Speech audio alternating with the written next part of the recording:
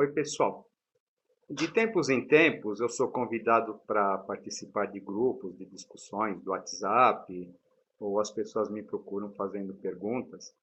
Porém, dificilmente eu tenho a oportunidade de dar as respostas que eu gostaria, porque muitas vezes essas respostas elas implicam em a gente contar uma vivência, contar uma experiência, contar uma percepção, um convívio que a gente teve.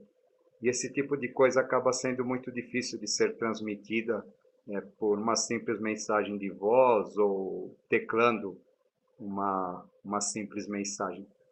Por conta disso, alguns desses temas eu pretendo trazer aqui para o canal para que ele possa ser compartilhado por mais pessoas, né, para mais pessoas.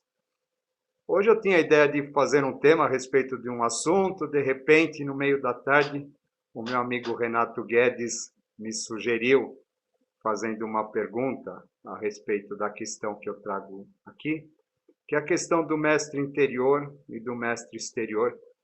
E eu achei esse tema bastante oportuno para ser desenvolvido como inauguração dessa fase, né, de mais esse modo de apresentação desse canal. Eu tive a felicidade de ter tido um mestre.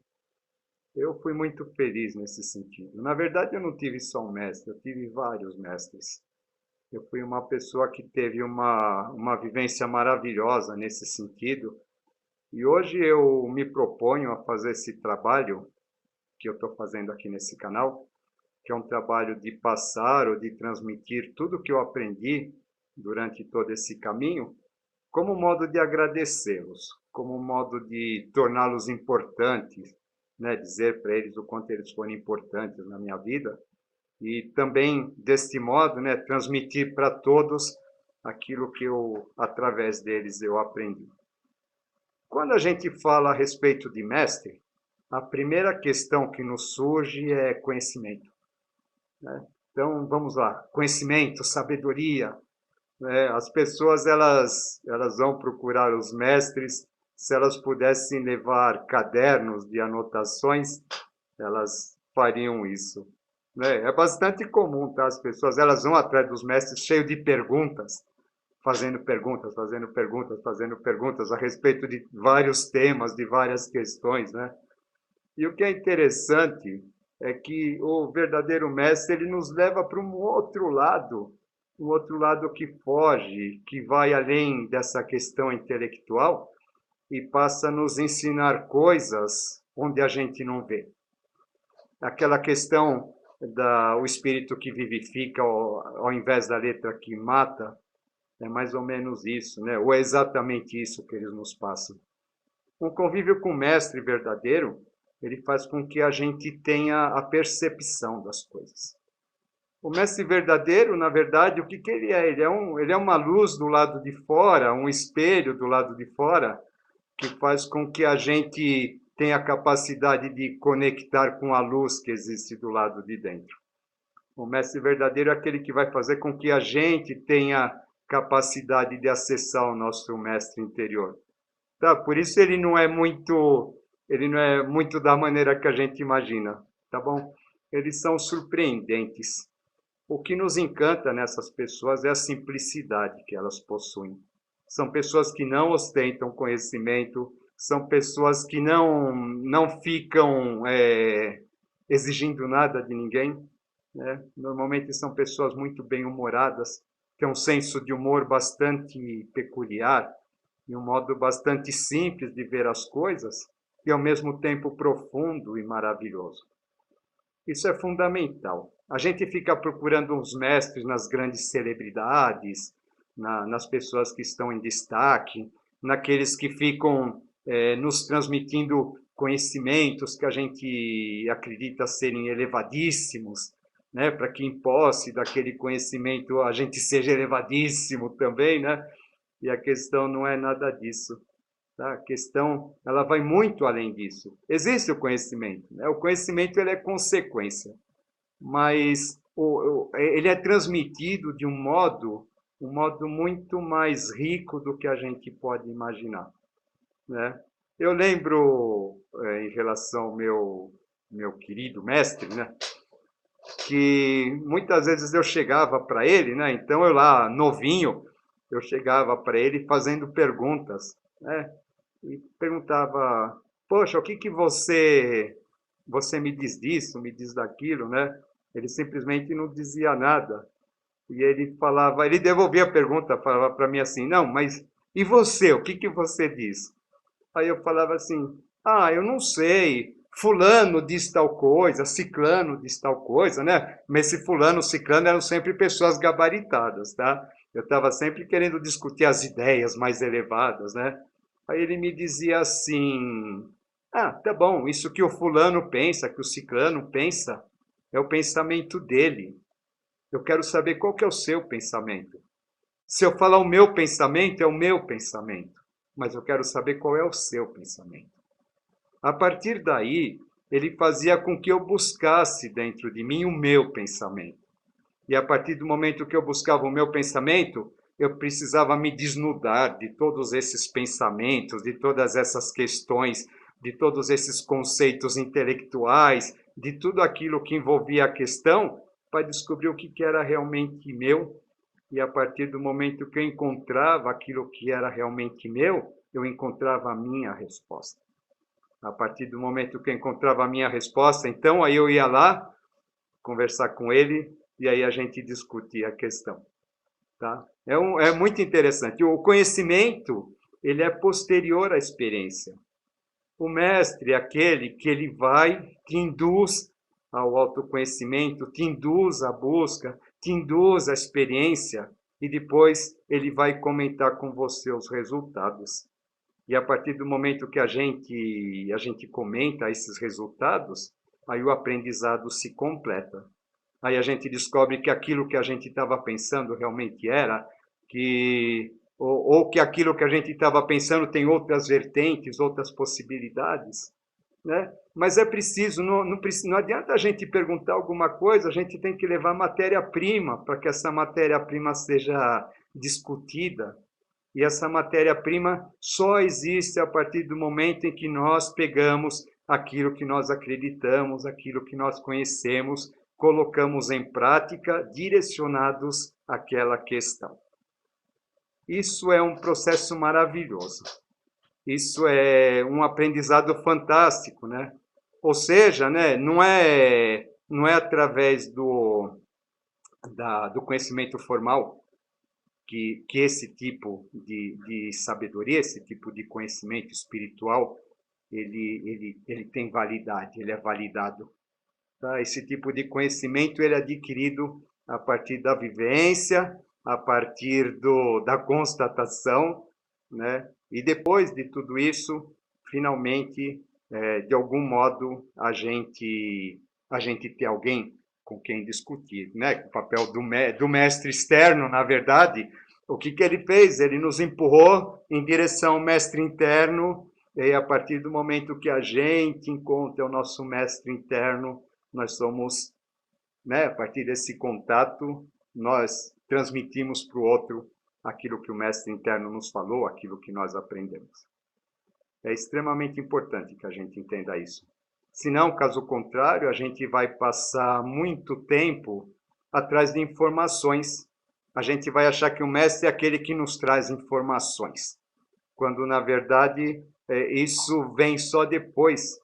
Tá? O sentido dos livros sagrados, o sentido das literaturas espirituais, né? Na verdade, o sentido delas é para ser absorvido após a experiência e não como sendo impulsionadoras da experiência. O mestre, né? Volta a dizer, o mestre exterior é aquele que vai, empurra em direção ao mestre interior, e uma vez o mestre interior ativado, ele nos traz a resposta. Ou seja, né, o mestre exterior é aquele que nos conecta. Mas, na verdade, esse mestre exterior, ele não precisa ser necessariamente uma pessoa. Esse mestre exterior, ele pode se apresentar de várias maneiras para nós. Ele pode ser um oráculo, ele pode ser até algum tipo de leitura, mas não uma leitura que traga resposta, mas uma leitura que traga perguntas. Eu costumo dizer que eu fico extremamente frustrado quando a gente explica alguma coisa e as pessoas dizem que entenderam. Então, o importante não é cada vez que eu entendo alguma coisa, eu fecho as possibilidades dessa coisa, né? Eu torno ela algo estático, eu torno ela algo definido, determinado, e o conhecimento não é dessa maneira. O conhecimento é alguma coisa que a gente está o tempo todo mudando, a gente está o tempo todo transformando, e dessa maneira a gente esteja o tempo todo crescendo, o tempo todo em evolução, já que o processo de evolução é um processo que não para, né? Um processo que está acontecendo o tempo todo, onde nada fica retido. Não existe essa história, ó, vai ficar retido na evolução, vai ficar preso. Não existe isso. Tudo aquilo que foi emitido como partícula para evoluir, vai ter que evoluir. Né? E o experimento consiste exatamente, né, no final de tudo, no conjunto.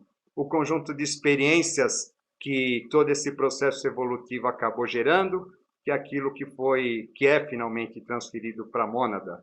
Por isso, né, cada mônada, existem só 777 mônadas, ou seja, né, 7 bilhões de pessoas no mundo, ou seja, existem muitas e muitas pessoas associadas a uma única mônada, né? E todas essas pessoas, nenhuma é mais importante que a outra.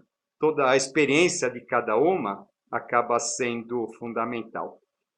Voltando à questão do mestre, né? O mestre é aquele que vai funcionar como sendo essa mônada. Ele vai funcionar como sendo o sinalizador para que a gente possa atingir essa consciência, para que a gente possa entender, tá? Mas quando eu falo consciência, é dentro das nossas possibilidades. A gente não tem que ficar forçando a ser alguma coisa que não é. A evolução ela tem que ser espontânea. A natureza é espontânea. A mente tem que ser espontânea também. A espiritualidade é espontânea.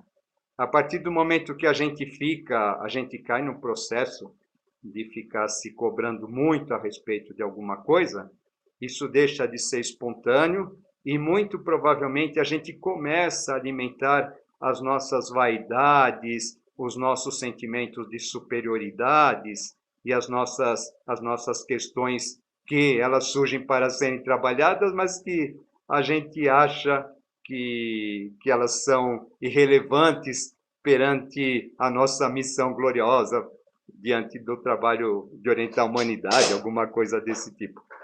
Né? O mestre ele tem características bastante interessantes. Tá? Eu lembro lá, como eu disse, eu tive vários. Né? Um deles, né? Então, quando a gente tinha algum problema, a gente estava com problemas sérios, né?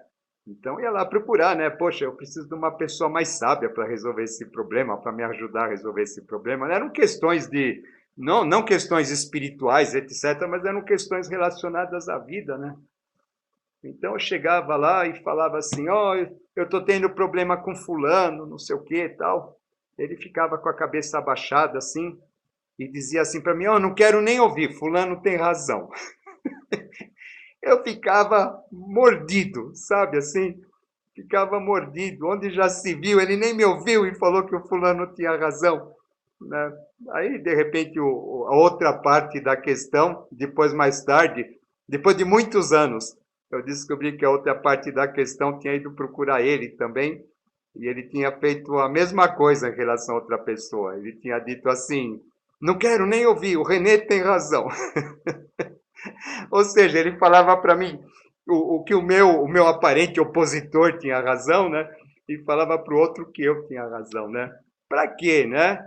Nossa, sabe, isso daí era terrível, porque quando cada vez a gente esperava ser elogiado, esperava ser reconhecido, né? E ele vinha com uma dessas, né? Como eu já disse, a gente ficava mordido, né? Mas o mais bonito de tudo isso é que o que ele fazia, né? Ele fazendo desse jeito, ele falava, era como se a gente fizesse um profundo exame de consciência e admitisse a possibilidade de estar errado. Né? Por que eu tenho que estar sempre certo? Por que é sempre a minha razão que vale? né? Ele agindo dessa maneira, ele nos levava a isso. E ao nos levar a isso, ele acabava fazendo com que a gente atuasse como um observador de nós mesmos. Tá? Um observador neutro que admite, ó, eu tanto posso estar certo como eu posso estar errado. Eu tanto posso saber como eu posso não saber. Tudo é relativo. E a partir disso, né, a partir dessas questões, a gente crescia e a gente acabava se desenvolvendo bastante, né? Era muito legal quando a gente encontrava essas pessoas desse tipo, né? E percebia que havia a mensagem que eles estavam nos passando, né? E sempre de um modo muito simples, de um modo muito, muito claro, né? Uma vez eu tinha umas cerimônias aí, né? Um grupo que eu coordenava, eu tinha umas cerimônias para fazer. E a cerimônia tinha alguns mantras para serem tocados, né? E essa cerimônia ela era o aparelho que tocava mantra era um toca-fitas de carro, daqueles antigos, né? Eu estou falando aí dos anos 90, tá, pessoal? Talvez muitos aí não tinham nem nascido ou fossem muito pequenos, né? Nem anos 90, estou falando dos anos 80, aí 85, 86. E o que acabava acontecendo, né? Então, aquela preocupação. Eu lembro a primeira yoga que eu dirigi, eu estava com tanta preocupação a respeito do som dos mantras que eu praticamente não fiz a yoga, né? Pensando naquele aparelho lá, aquele elástico, se aquele elástico arrebentasse, porque era um elástico que mantinha o aparelho funcionando, e, e acabou no final, né? Terminou a yoga. Aí veio, eu tinha uma das mestras, né? Ela na época já tinha quase 90 anos, e ela chegou para mim e falou assim: Nossa, seu aura estava lindo. Aí eu fiquei todo feliz, né? Falei, nossa, o meu aura estava lindo. Poxa, eu não estava nem aí, eu estava preocupado com o aparelho, eu estava preocupado com o elástico. Chegou na semana seguinte, eu peguei e me certifiquei de que o aparelho funcionasse direitinho. Aí eu, pondo lá, começou a cerimônia, né? Eu coloquei o aparelho para funcionar, tal, né? E falei assim, hoje vai ser legal. Hoje eu vou conseguir mentalizar tudo. Mentalizei todos os chakras, mentalizei todas as cores. Sabe, quando chegou no final daquela cerimônia, eu estava muito satisfeito comigo mesmo, sabe? Poxa, finalmente eu tinha conseguido fazer um trabalho bem feito. Eu estava muito satisfeito, né? Aí terminou a cerimônia, fui procurar aquela senhora e ela não me disse absolutamente nada, né? Eu fiquei curioso, né? E aí fui atrás dela, falei assim: Oi, dona Esmeralda, a senhora percebeu alguma coisa hoje? Aí ela me respondeu: Ai, meu filho, tinha um bicho tão feio querendo engolir sua cabeça. Tá? Olha o aprendizado que existe por trás disso, né? Na verdade, é muito sutil, tá? É alguma coisa muito sutil, mas ao mesmo tempo muito profunda, que acaba nos trazendo coisas com as quais a gente acaba a gente acaba se deparando a vida inteira e no momento em que a gente se depara com essas questões, a gente para pensar, opa, espera aí, né? O que está acontecendo comigo? Por que eu estou agindo dessa maneira? Por que as coisas, eu estou levando as coisas por esse lado, né? Tanto tá pelo lado que a gente acredita que seja o bem, tá bom? Quanto pelo lado que às vezes, né, o nosso lado humano ele determina, não, tem que ser dessa maneira, né? Faz a gente parar e pensar e faz a gente perceber que nós somos não somos infalíveis, que nós somos fracos, que nós somos indefesos, né? O mestre externo, o que ele vai fazer? Ele vai nos colocar em contato com as nossas fragilidades. No momento que a gente imagina que a gente vai ter conhecimentos, a gente vai se transformar em seres elevados, uma espécie de elite, com uma missão, nada. sabe? Ele nos leva a gente perceber a nossa insignificância, nos leva a gente perceber que nós não somos absolutamente nada, tá? Que existe alguma coisa muito maior e muito superior do que nós mesmos, né? E que nós, se a gente pretende ser alguma coisa, a gente tem que estar a serviço dessa coisa e não a serviço de nós, né? Dos nossos egos, das nossas ansiedades, das nossas carências e assim por diante. É bastante interessante essa questão do mestre. É bastante rico a gente entender como que isso acontece. Como eu já disse, pode ser um oráculo. Às vezes, num determinado momento, uma simples pessoa pela qual a gente cruza pela rua, ela nos fala uma frase solta, que aquela frase tem todo sentido e nos faz refletir, nos faz, nos faz buscar um porquê daquilo, algum acontecimento, sabe? Tudo isso daí são sintomas do mestre interior, do encontro do mestre interior. A doença é um contato com o mestre interior. Como eu já disse, né, ela nos coloca em contato com a nossa fragilidade. A doença nos faz rever mil coisas. Por que a gente está passando por aquilo? Por que aquele processo aconteceu? O que eu preciso mudar para superar tudo isso? Né? A doença ela acaba sendo uma face rigorosa, né? Porém uma face bastante necessária da manifestação do mestre. O mestre é aquele que se apresenta diante das nossas maiores dificuldades.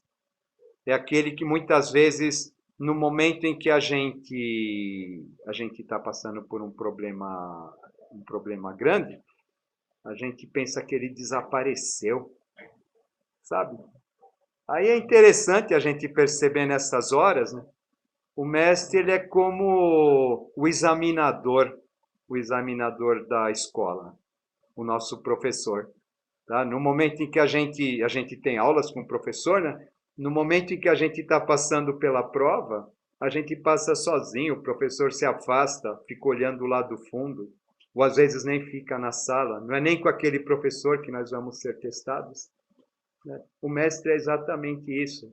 Por quê? Né? Ele vai nos ensinar o caminho para que nós sejamos autossuficientes, para que nós consigamos encontrar as nossas respostas, encontrar as nossas verdades, encontrar aquilo que é verdadeiramente nosso.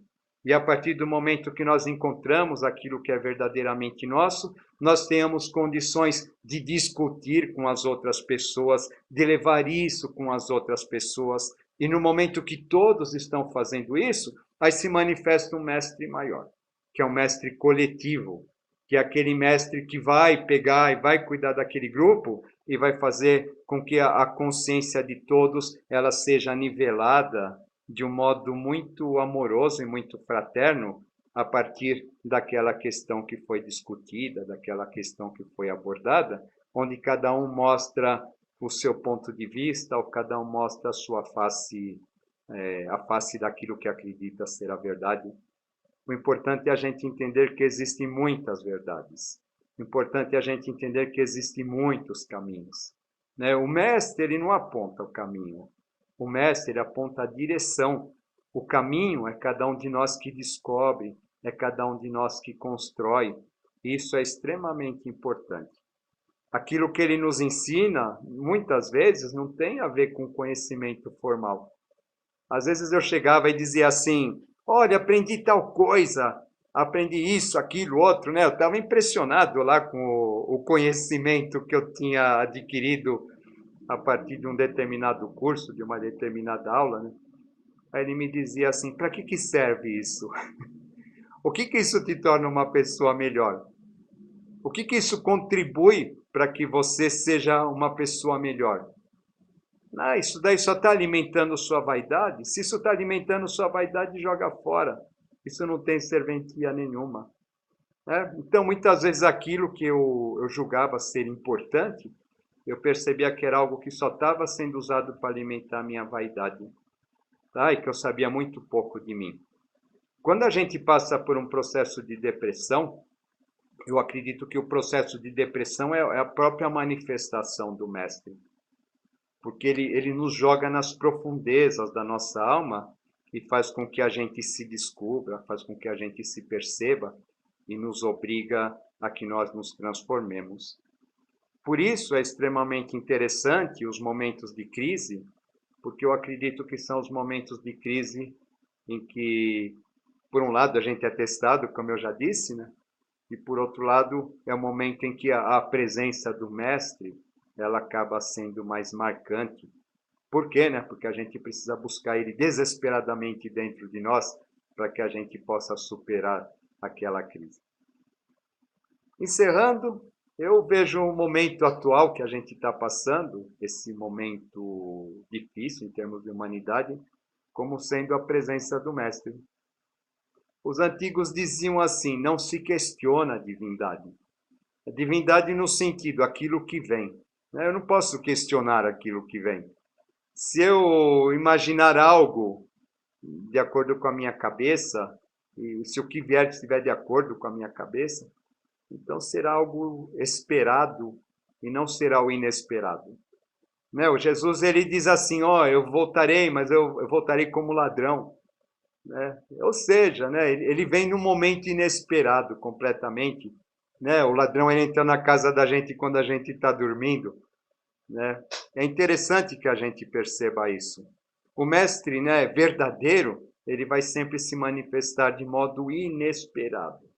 Completamente inesperado, porque é diante do inesperado que nós mostramos que nós realmente somos, e nós descobrimos quem nós realmente somos, e descobrimos o tanto que nos resta para trabalhar, para aprender, para transformar, para modificar, e assim por diante. Como eu já disse, esse momento completamente inesperado que a gente está passando, em termos de mundiais, em termos de valores, e que ainda vai sofrer alguns ajustes, tá? Vocês não esperem que esse processo ele já esteja no fim, porque na verdade ele está apenas começando. E nós vamos ver que existe por trás disso, uma grande transformação a caminho, uma transformação maravilhosa. No resultado final de tudo isso, nós veremos que tudo isso fez com que a humanidade desse um tremendo passo. Só que para ela dar esse tremendo passo, é necessário que a sombra se manifeste para ela medir o tamanho do salto que ela tem que dar para sobrepor a essa sombra. Isso é extremamente bonito. A gente fica esperando um avatar, fica esperando alguma coisa, um ser luminoso, que vem nos trazendo ensinamentos, e de repente o que acaba acontecendo, vem algo assim que faz com que todas essas sombras elas sejam erguidas, e que a partir do momento em que essas sombras são erguidas, nós sejamos obrigados a nos encontrar, somos obrigados a encontrar algo dentro de nós, encontrar esse avatar dentro de nós, essa luz dentro de nós. E só a partir do momento em que essa luz dentro de nós é encontrada, é que aí nós teremos condições de ver a luz do lado de fora. Tá bom? É isso que eu tinha para dizer para vocês hoje. Espero que vocês tenham gostado e até a próxima.